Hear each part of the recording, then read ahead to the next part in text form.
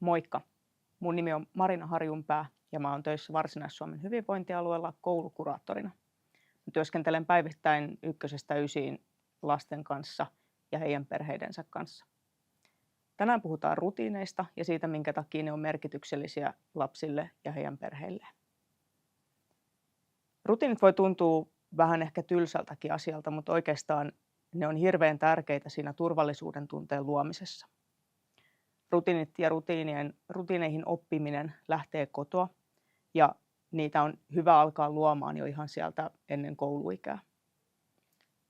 Perheen rutiineihin kuuluu esimerkiksi aamutoimet, aamurutiinit, aamupala, kouluun lähtöön liittyvät rutiinit.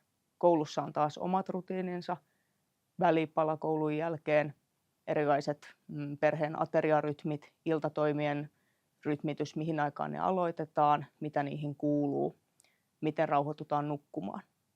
Kaikista tärkeimpiä rutiineita ehkä on nimenomaan nämä ruokaan ja uneen liittyvät rutiinit, koska ne on sellaisia, mitkä luo lapselle sitä semmoista perusturvaa siellä kotona.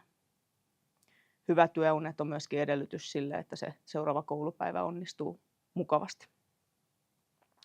Nykyään on hyvä liittää siihen kodin ja perheen rutiineihin myöskin se digilaitteissa rajaaminen. Se on osa meidän arkea, mutta sille on hyvä löytää omat hetkensä ja paikkansa sieltä perheen arkisesta toiminnasta. Myöskin on hirveän hyvä oppia sietämään sellaista tylsyyttä ja tylsistymistä. Silloin lapsen mielikuvitus pääsee kivasti kehittymään ja jää tilaa semmoiselle luovuudelle ja leikille. Kotona selkeät säännöt on osa niitä rutiineita ja niissä on hyvä olla mahdollisimman johdonmukainen. Samoja asioita tapahtuu tietyssä järjestyksessä, samoista asioista tapahtuu tai on samat seuraukset ikään kuin. Ja silloin lapsi voi aina luottaa siihen, että ne asiat toistuu ja pysyy hirveän ennakoitavina. Ja se ennakoitavuus on taas se, mistä se lapsi saa sitä turvallisuuden tunnetta. Lapsi on tärkeää ja hyväkin ottaa mukaan siihen perheen yhteisten sääntöjen ja rutiinien luomiseen. Se, että lapsi saa itse olla osallisena siinä niitä pelisääntöjä miettiessä, niin se auttaa lasta sitoutumaan niihin ja pitämään kiinni ja myöskin ymmärtämään sen, että kyse on siinä huolenpidosta ja rakkaudesta, eikä siitä, että se vanhempi haluaa vaan olla tiukka ja rajata rajaamisen takia. Eli jos vaan pystyy, niin ne säännöt tai semmoiset toimintaohjeet sinne arkeen voi lapsen kanssa yhdessä tehdä, vaikka piirtää tai kirjoittaa paperille. Ja se auttaa sitä lasta omaksumaan. Hän myöskin tietää, että mitä häneltä odotetaan, ja se on taas kauhean turvallista.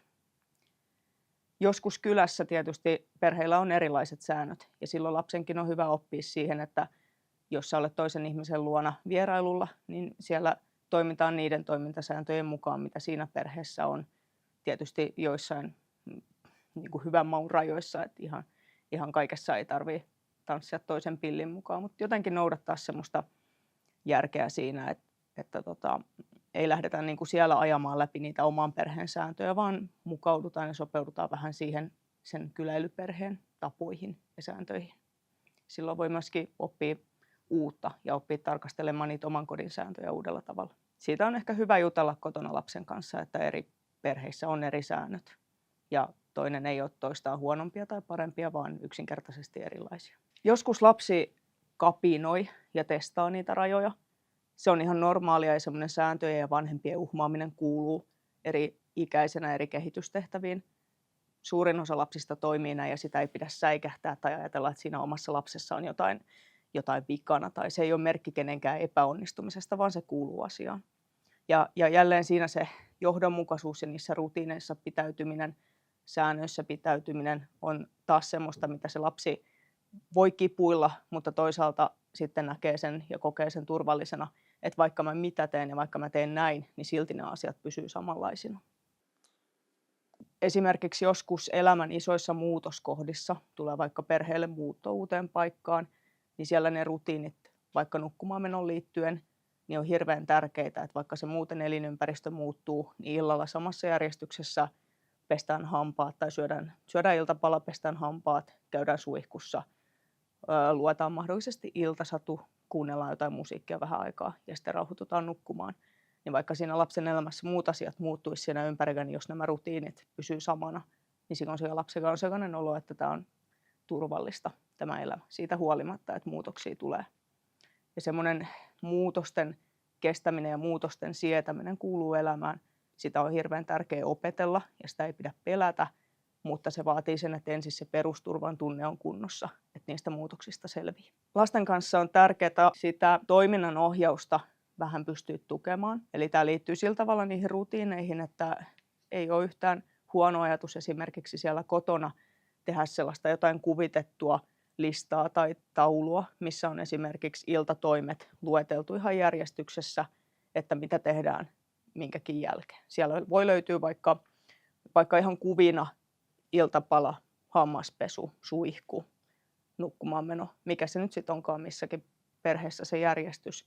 Ja tavallaan se tukee lapsen sen toiminnanohjauksen kehittymistä sillä tavalla, että jossain kohtaa lapsi tarvitsee vähemmän ja vähemmän aikuista siinä, että hän siirtyy siitä niin kuin toiminnosta toiseen. Ja hänen lapselle kehittyy semmoinen niin kuin oma rutiini. Ja se myöskin sitten tasauttaa sitä lapsen itsetunnon kehittymistä, että hänellä tulee semmoinen olo, että hän pärjää ja hän osaa. Varsinkin iltarutiineissa on hyvä ajoissa lopettaa eri älylaitteiden käyttö. Ja siinä vanhemman rooli kyllä korostuu varsinkin pienen lasten kohdalla ja ihan siinä omassakin aikuisen elämässä, että hyvissä ajoin lopettaa, laittaa puhelimen pois ja mielellään ihan johonkin kauas siitä sängystä.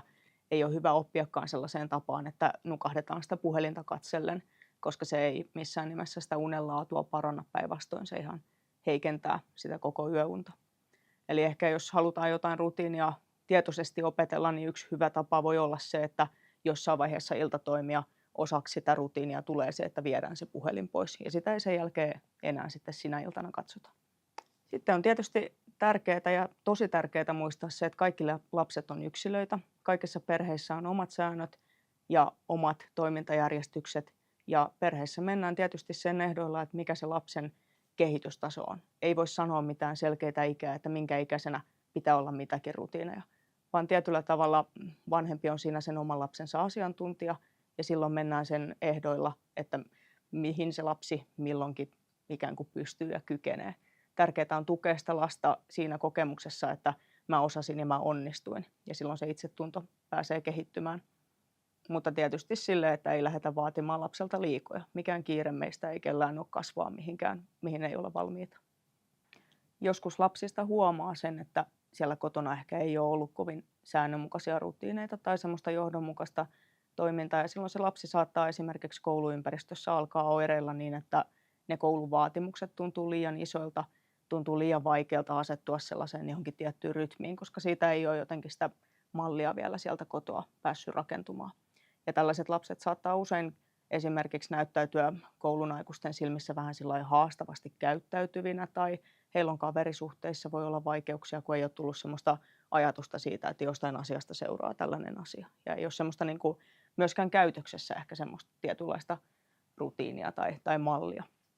Ja semmoisen tilanteen kanssa kuka tahansa voi joutua toteamaan, että nyt musta tuntuu, että meidän perheessä ei ole ehkä ollut ihan tarpeeksi johdonmukaista tai ei ollut tarpeeksi niitä rutiineita ja niitä pystyy koska tahansa lähteä sinne kotiin rakentamaan. Eli ei kannata ajatella, että tämä on jotenkin niin kuin menetetty peli. Kouluissa on paljon aikuisia, esimerkiksi oppilashuollon työntekijät, koulukuraattorit, kouluterveydenhoitajat, koulupsykologit, ketkä pystyy perheitä siinä rutiinien luomisessa auttamaan ja myöskin sitten ohjaamaan esimerkiksi perhekeskuksen ja perheneuvolan palveluiden piiriin, missä yhdessä työntekijöiden kanssa tarkastellaan niitä perheen rutiineita ja lähdetään niitä sinne kotiin tuomaan.